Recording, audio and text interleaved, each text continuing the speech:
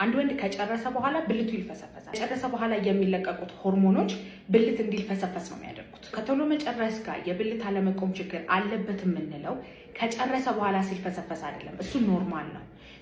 ከቶሎ መጨረስ ጋር የብልት አለመቆም ችግር አለ የምንለው ወይ ለመጀመሪያ ዙርም እስቲ ጨርስ ድረስም አይቆምም፣ ከቆመም ደግሞ ሳይጨርስ በፊት መሀል ላይ ይልፈሰፈሳል፣ ውርድ ይላል ማለት ነው። አንድ ሰዎች ደግሞ ከቶሎ መጨረስ ጋር የፍላጎት ማነስ አለባቸው።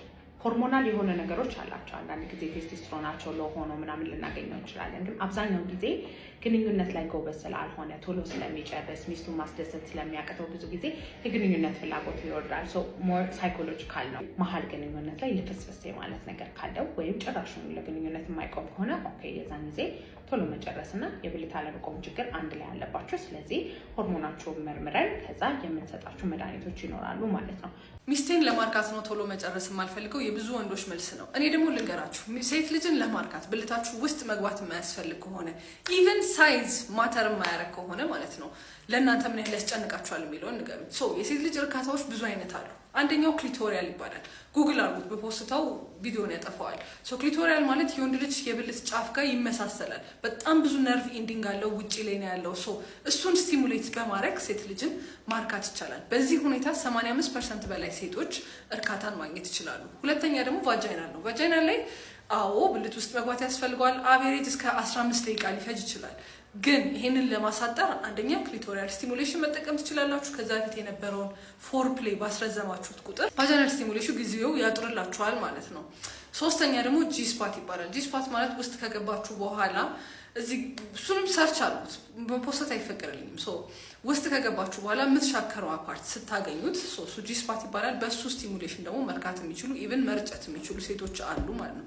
ሌላ አይነት ኦርጋዝሞችም አሉ። ዋናዎቹ ግን እንደዚህ ናቸው። ስለዚህ በዋነኝነት እንድትረዱልኝ የፈለኩት ምንድነው፣ ሴት ልጅን ለማርካት አንደኛ የእናንተ ሳይዝ ማተር አያደርግም። ምን ያህል እንደቆያችሁ ሁል ጊዜ ማተር አያደርግም። ለቫጃይናል ኦርጋዝም ብቻ ነው እሱ ማተር የሚያደርገው። ጠዋት ላይ የሚቆምላቸው ወንዶች ባለትዳሮች ብቻ ናቸው። አንዱ ክላይንቴ ዛሬ ባለትዳር ነኝ ግን ጧት ብልት አይቆምም ማለት ጧት ብልት የመቆም ነገር ማለት ነው ከሪሌሽንሺፕ ስታተስ ጋር የሚያገናኘው ነገር አይደለም። ሲንግልም ሆንክ ባለትዳርም ሆንክ ጧት ላይ ብልት ይቆማል። ጭንቀታም ሆንክ አልሆንክም ጧት ላይ ብልት ይቆማል። ስራ ዋልክም አልዋልክም ጧት ላይ ብልት ይቆማል። ጧት ላይ ብልት የሚቆመው ማለት ነው ወንድ ስለሆንክ ነው። ጧት ላይ የቆመ ለግንኙነት እምቢ የሚል ከሆነ የምትፈራው የተጨነክበት ደስ ያላሰኘ የማትፈልገው ነገር አለ ማለት ነው። ስነ ልቦናዊ ነው። ጠዋት ላይ ብልት የማይቆምበት ምክንያቶች ማለት ነው ደም ስር ላይ፣ ሆርሞን ላይ፣ ነርቭ ላይ ችግር ካለ ነው። ያለው ትዳር ነው ለመባል በሳምንት አንዴ ሚኒመም የግንኙነት ህይወት ያስፈልጋል ወይም ፍላጎት መኖር አለበት ማለት ነው። በራሳቸው ስኬጁል ምንም አይነት ግንኙነት ላያደርጉ ይችላሉ፣ ግን ከፍላጎት መጥፋት መሆን የለበትም ነው። ፍላጎት ቀዝቅዞ ግን በአመት ከ11 በታች ግንኙነት ካለ እንግዲህ ያለ ግንኙነት ያለ የትዳር ህይወት ይባላል። እዚህ በሳምንት አንዴ ቢያንስ ፍላጎቱ እንኳን ካላችሁ ግንኙነቱን ባይኖር ጤናማ የሆነ ፍላጎት አላችሁ ይባላል ማለት ነው። ከ3 እስከ 5 ለእርግዝና ነው።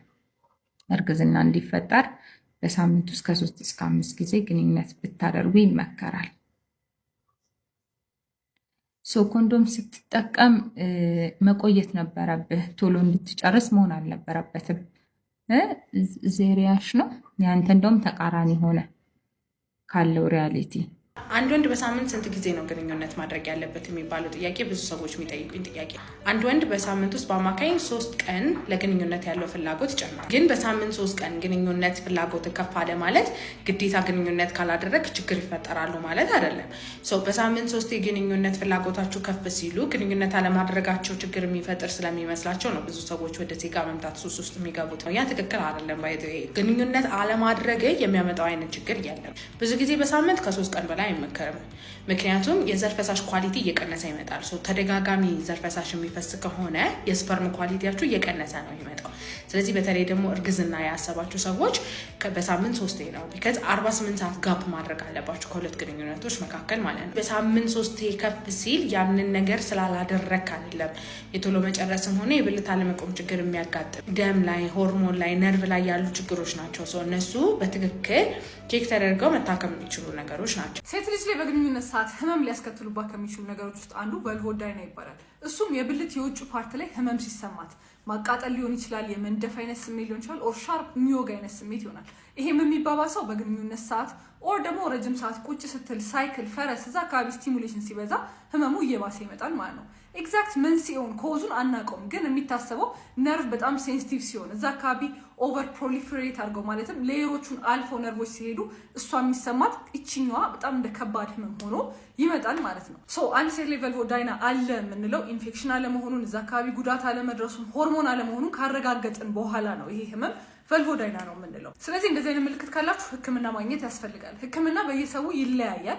ቤት ውስጥ ሆናችሁ ሊያግዛችሁ የሚችል ነገሮች ግን አንደኛ ፓንት ስትመርጡ ኮተን እንደሆነ አረጋግጡ። የምትታጠቡበት ሳሙና ደግሞ ሽታ እንደሌለው፣ ሌላ እዛ አካባቢ ምንም የሚቀባ ነገር ምናምን አለማብዛት፣ እነዚህም በማስተካከል ትንሽ ሪሊፍ ይኖረዋል። በዋነኝነት ግን ከባለቤታችሁ ጋር ኮሚኒኬት ማድረግ በጣም አስፈላጊ ነገር ነው።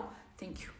ጧት ብልት ይቆማል ስም በየቀኑ ነው ማለት አይደለም። ጧት ይቆማል የምንለው በትንሹ 3 ቀን ይቆማል በሳምንት። በጣም ብዙ ካለን ደግሞ 5 ጊዜ ይቆማል እንጂ በየቀኑ ብልት አይቆምም። ጧት የሚቆምበት ሲቹዌሽኖች ማለት ነው በጣም ዲፔንድ ያደርጋሉ። ተኝተህ ነው ወይ ያደርከው? ማታ ግንኙነት አድርገሃል ወይ? ማታ ጠጥተሃል ወይ? አጭሰሃል ወይ? የብልት አለመቆም ችግር አለብን ስትሉ ጧት ላይ ነው ወይስ ለግንኙነት ነው? ለመጀመሪያ ዙር ነው ወይስ ለሁለተኛ ዙር ነው? ቶሎ መጨረስ አለ ወይስ የለም? ጧት ላይ ግን መቆም ካቆመ ብዙ አይነት ምክንያቶች አሉ። ስኳር ሊሆን ይችላል፣ ኮሌስትሮል ሊሆን ይችላል፣ ቴስቶስትሮን እጥረት ሊሆን ይችላል፣ ፕሮላክቲን ከፍተኛ ሆኖ ሊሆን ይችላል፣ የደም ስሮች ችግሮች ሊሆን ይችላል እና ነርቮች ላይ በተለይ ደግሞ በግለ ወሲብ ጊዜ ነርቮች የሞቱ ከሆኑ እንደዚህ አይነት ነገር ሊፈጠር ይችላል። አልኮል ጠጡ፣ ብልታችሁን ኮልጌት ተቀቡ፣ ኮንዶም ተጠቀሙ እና በግንኙነት ጊዜ ስለሌላ ነገር አስቡ። ወንዶች በራሳቸው ቶሎ መጨረስን እንዲያክሙ ወይም እርስ በርሳቸው ሲመካከሩ ለቶሎ መጨረሳቸው ለውጥ የሚያመጣላቸው ነገር ይሄ ነገር ይመስላቸዋል። አዎ ኮንዶም መጠቀም እዛ አካባቢ ያሉትን ነርቮች ሊያቀዘቅዝ ይችላል። ስለዚህ ቶሎ መጨረስን ለውጥ ሊያመጣ ይችላል። አልኮል መጠጣት ነርቮች እንዲቀዘቅዙ ስለሚያደርግ አሁንም ቶሎ መጨረስን ሊያዘገይ ይችላል። አካባቢ ኮልጌት መቀባት በመላምት ደረጃ እዛ አካባቢ ያሉትን ነገሮች ያደነዝዛል ተብሎ ስለሚታሰብ ቶሎ መጨረስን ይቀንሳል ተብሎ ብዙ ሰዎች ይናገራሉ። ከዛ በግንኙነት ጊዜ ደግሞ ሌላ ነገር ማሰብ እዛ ነገር ላይ ኮንሰንትሬት ስለማታደርጉና ስትረሱ ሊቀንስላችሁ ስለሚችል የቶሎ መጨረሱ ነገር ሊያስተካክልላችሁ ይችላል። ግን ይህ ነገር በሙሉ ዘላለማችሁን ልትጠቀሙበት የምትችሉት ወይም ዘላቂ መፍትሄ ሊያመጣ የሚችል ነገር አይደለም። እንደውም ሌሎች አይነት መዘዞች ነው ይዞባችሁ የሚመጣው። እንደዛ ሳይሆን ቶሎ መጨረስን የምታክሙት ወደ ሕክምና ቦታ መታችሁ ነርቭ ላይ፣ ሆርሞን ላይ እና ሳይኮሎጂ ላይ ያለውን ችግር አይተን ከስር መሰረቱ ነቅለን የምናስተካክልበት ሁኔታዎች አሉ። አንዳንድ ታካሚዎቼ የሴቶች ቫያግራ አለ ወይ፣ የእኛ የፍላጎት መጠን ከተስተካከለ በኋላ የሚስቶቻችን የፍላጎት ማነስ ከኛ ጋር ባላንስ እንዴት ማድረግ ይቻላል የሚል ጥያቄዎች ይጠይቁኛል። ስለዚህ ለሴቶች የሚሰጥ የፍላጎት መቀስቀሻ መድኃኒቶች አሉ። ነገር ግን ሴቶች ጋር ይህ ፍላጎት ማጣት ለምን ተከሰተ የሚለው ምክንያት መታወቅ አለበት። አንዳንድ ሴት በግንኙነት ጊዜ ያለ ህመም ሲኖራት ወይም የብልት መድረቅ ካለ፣ እድሜዋ የማረጫ እድሜ ላይ ከሆነች፣ ሆርሞን መዛባቶች እንዲሁም ተደጋጋሚ የሆነ ያለመርካት ችግር የሚያጋጥማት ከሆነ፣ ተደጋጋሚ የሆነ ኢንፌክሽን የሚያጋጥማት ከሆነ ግንኙነቱን አቮይድ ልታረግ ወይም ፍላጎቷም እየቀነሰ ሊመጣ ይችላል። ስለዚህ ምክንያቱ ታውቆ ህክምናዎችን ማድረግ ያላትን ፍላጎት ለማስተካከል ይረዳል። ወንዶች ኖርማሊ በስንት ደቂቃ ነው የሚጨርሱት፣ ሴቶች ደግሞ በስንት ደቂቃ ነው የሚጨርሱት ተብሎ ብዙ ሰዎች ይጠይቁኛል ማለት ነው። እና የተቀመጠ ቁጥር የለም። አንዳንድ ሪሰርቸሮች ከ5 እስከ 7 ደቂቃ ወንዶች ይቆያሉ ይባላል። አንዳንድ ሪሰርቸሮች ደግሞ ከ8 እስከ 10 ደቂቃ ድረስ ይቆያል ይባላሉ። ብዙ የተስማሙበት ነገር የለም፣ ግን በሶስት ነገሮች ተስማምተዋል። አንደኛ ወንዶች ከሴቶች ቀድመው ነው የሚጨርሱት። ሴቶች ዘግየት ማለት ነገር አላቸው። ሁለተኛ አንድ ወንድ ቀድሞ መጨረስ አለበት ማለት ቶሎ መጨረስ አለበት ማለት አይደለም። ከሚስቱ ወይም ከገርፍሬንዱ ቀድሞ ስለጨረሰ ሳይሆን ቶሎ መጨረስ አለበት የሚባለው። ቶሎ መጨረስ አለበት የሚባለው 1 ደቂቃ በታች ከጨረሰና 6 ወርና ከዛ በላይ ቆይቶበት በራሱ ላይ እና በሪሌሽንሺፑ ላይ በጣም ስትረስ እየፈጠረበት ከሆነ ነው።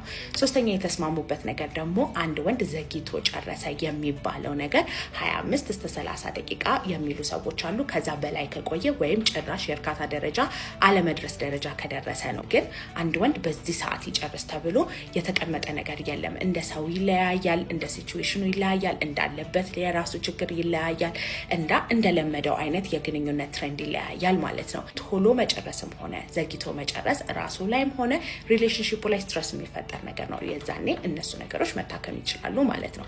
ወጣቶች ላይ የብልት አለመቆም ችግር ብዙ ጊዜ እየተለመደ አይደለም። አንድ ወንድ ወጣት ሆኖ የብልት አለመቆም ችግሩ ጠዋት የማይቆምለት አይነት ደረጃ ከደረሰ የተወሰኑ ጥቂት ምክንያቶች ናቸው ያሉት። የመጀመሪያው ለረጅም ጊዜ ሴጋ መምታት ህይወት ውስጥ የነበረ ሰው ብልት አካባቢ ያሉትን ነርቮች ስለሚገለው ጠዋት አለመቆም ድረስ የመድረስ ደረጃ አለው። አንዳንድ ጊዜ ደግሞ ሆርሞኖችን ስለሚያዛባ ጠዋት ላይ ብልት ያለመቆም ነገሮችን ሊፈጠር ይችላል። ሁለተኛ ደግሞ እንቅልፍ አለመተኛት። ብዙ ጊዜ ወጣቶች ላይ አርፍደው መተኛት፣ በጠዋት መነሳት፣ መሀል ላይ የመንቃትና የእንቅልፍ መበጥበጦች የተለመዱ ነገሮች ናቸው። ስለዚህ እንደዚህ አይነት ነገር ካለ ጠዋት ብልት ላይ ቆም ይችላል። ከዚህ ጠዋት ብልት እንዲቆም 6 እስከ 8 ሰዓት ያልተቋረጠ እንቅልፍ ሊኖር ስለሚገባ ማለት ነው።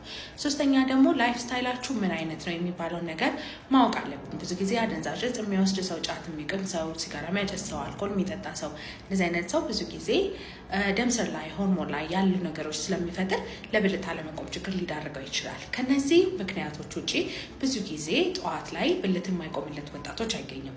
ወጣቶች ላይ የሚታየው ብዙ ጊዜ የብልት አለመቆም ችግር ስነ-ልቦናዊ ሆኖ ጠዋት ላይ የቆመ ለግንኙነት ጊዜ እምቢ የሚል ከሆነ ነው።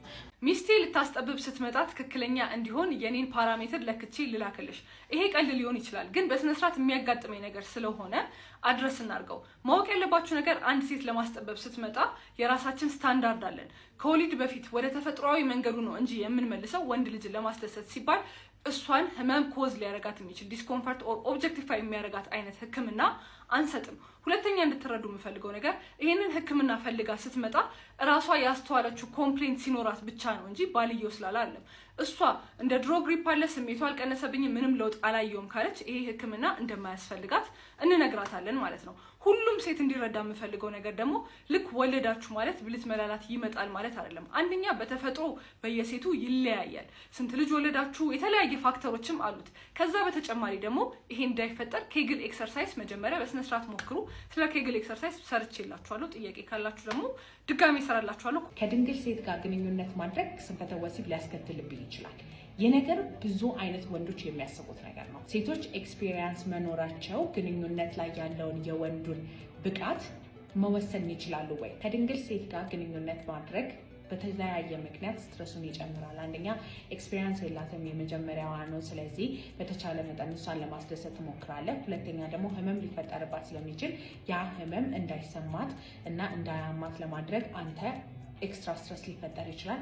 ሶስተኛ ደግሞ አዲስ ስለሆነች በግንኙነት ጊዜ የተወሰኑ ነገሮችን ልትረዳ አትችልም። ሜቢ ግንኙነት ላይ የማስደሰት ወይም ብዙ ስራው አንተ ላይ ሊሆን ስለሚችል ኤክስትራ ስትረስ አለው፣ ኤክስፒሪየንስ ከሆነች ሴት አንጻር ማለት ነው። ድንግል ሴት ጊዜ የሚመጣ የስንፈተ ወሲብ የብልት አለመቆም ችግርም ሆነ የቶሎ መጨረስ ችግር ሳይኮሎጂካል የሆነና እዛ ጊዜ ያሉ ስትረስ የሚፈጠር ነው እንጂ ድንግል ስለሆነች የሚዛባብህ ሆርሞን ወይም ድንግል ስለሆነች የሚበላሽብህ የነርቭ ነገሮች የሉ ማለት ነው። ቶሎ መጨረሱ በሆርሞንና በነርቭ ምክንያት የመጣ ከሆነ ድንግልና ኤክስፒሪየንስድ አይልም። ሴቷ ምን አይነት ነው፣ ሲቹዌሽኗ ምን አይነት ነው አይልም ማለት ነው። በማንኛውም አይነት ሴት ላይ እየተደጋገመ የሚመጣ የቶሎ መጨረስና የብልት አለመቆም ችግር ነው። የዛኔ ሆርሞናችሁን፣ ደም ስራችሁን፣ ነርቫችሁ ላይ ያሉ ችግሮች ስላሉ እነሱን መርምረን መድኃኒት የምናስጀምርበት ሁኔታዎች አሉ። ለስፖርት የምትወስዱት የፕሮቲን ፓውደር ለስንፈተ ወሲብ ሊያጋልጣችሁ ይችላል ወይ? አንድ ክላይንቴ መጥቶ ፕሮቲን ፓውደር መውሰድ ከጀመርኩኝ በኋላ ነው የቶሎ መጨረስ ችግር ያጋጠመኛልኝ እና ምን አይነት ቁርኝት እንዳለው ልንገራችሁ። ፕሮቲን ፓውደሮች ፓኬጅድ የሆኑ ነገሮች ናቸው እና እነዚህ ፓኬጅድ የሆኑ ነገሮች ደግሞ እንደ ማንኛውም አይነት ነገር እንደ ኳሊቲያቸው ይለያያሉ ማለት ነው። ብዙ ሰዎች እንዲጠቀሙት ስለሚፈለግ የተወሰኑ ነገሮች አድ ይደረግባቸዋል ማለት ነው። በመጀመሪያ አርቲፊሻል የሆኑ ማጣፈጫዎች ሊጨመርባቸው ይችላል። እነዚህ እንደ አይነታቸው የብልት አለመቆም ችግር ሊያጋልጣቸው ይችላል። ግን አርቲፊሻል ማጣፈጫዎች ብዙ ጊዜ በሃይ ዶዝ ሲወሰዱ ነው እንጂ ወዲያውኑ ፕሮቲን ፓውደር እንደወሰዳችሁ የሚገጥማችሁ ነገር አይደለም ማለት ነው። ሁለተኛ ደግሞ ፕሮቲን ፓውደር ስትወስዱ ማለት ነው ፕሪ ወርክአውት ነው የምትወስዱት ወይም ከስፖርት በፊት በፊት ማለት ነው። እና ለስፖርት ያላችሁን ኢነርጂ ያላችሁን አቅም በደንብ አድርጎ እንዲጨምር ስቲሙላንቶች ይጨመርባቸዋል። እነዚህ ስቲሙላንቶች ቤታ አላኒን፣ ካፊን፣ ዮሄቢሊን የሚባሉ ስቲሙላንቶች ናቸው። እና እነዚህ ስቲሙላንቶች ደግሞ በጣም በሃይ ዶዝ ነው የሚጨመርባቸው ማለት ነው። ስለዚህ እነዛ ስቲሙላንቶች ከነርቫችሁ የሚለቀቁትን ነገሮች በጣም አክቲቭ ስለሚያደርጉ ነርቫችሁን በጣም ኤክሳይት ስለሚያደርጉና በደንብ እንዲሰሩ ስለሚያደርጉ ለቶሎ መጨረስ ሊያጋልጣችሁ ይችላል ማለት ነው። ሎ ኳሊቲ የምንላቸው ፕሮቲን ፓውደሮች ወይም በርካሽ ብዙ ቦታ የሚገኙት የፕሮቲን ፓውደሮች ሄቪ ሜታልስ ወይም ብረት አድ ይደረጋሉ። እነዚህ ብረቶች በተለይ ደግሞ ሊድ እና ሌሎች ብረቶች ለብልት አለመቆም ችግር ሊያጋጥማችሁ ይችላል። ፕሮቲን ፓውደር አትውሰዱ ማለት ሳይሆን የምትገዙትን ፕሮቲን ፓውደር በደንብ አድርጋችሁ አስተውላችሁ ያለው ስቲሙላንቶች በትክክል ዶዛቸው ሎ እንደሆነ እንደዚህ አይነት አርቲፊሻል የምንላቸውን ብረቶችና ማጣፈጫዎች እንዳልያዘ አድርጋችሁ ብትወስዱ ጥሩ ነው። ፕሮቲን ፓውደር መውሰድ ከጀመራችሁ በኋላ እንደዚህ አይነት የቶሎ መጨረስ የብልት አለመቆም ችግር እያጋጠማችሁ ከሆነ የምትደነግጡበት ነገር ሳይሆን ፕሮቲን ፓውደሩን ለ6 እስከ 8 ሳምንታት አቁማችሁ ናቹራል በሆነ ፕሮቲኖች መተካት ማለት ነው። ከዛ በኋላ ብዙ ጊዜ ቶሎ መጨረሱና የብልት አለመቆም ችግሩ መስተካከል አለበት። ግን ካልተስተካከለ ምክንያቱ ነርቭ ላይ፣ ደም ስር ላይ፣ ስትሬስ ላይ፣ ሳይኮሎጂ ላይ እና ሌሎች ነገሮች ላይ ሊሆን ስለሚችል በትክክል ሕክምና ቦታ መታችሁ መታከም አለባችሁ ማለት ነው።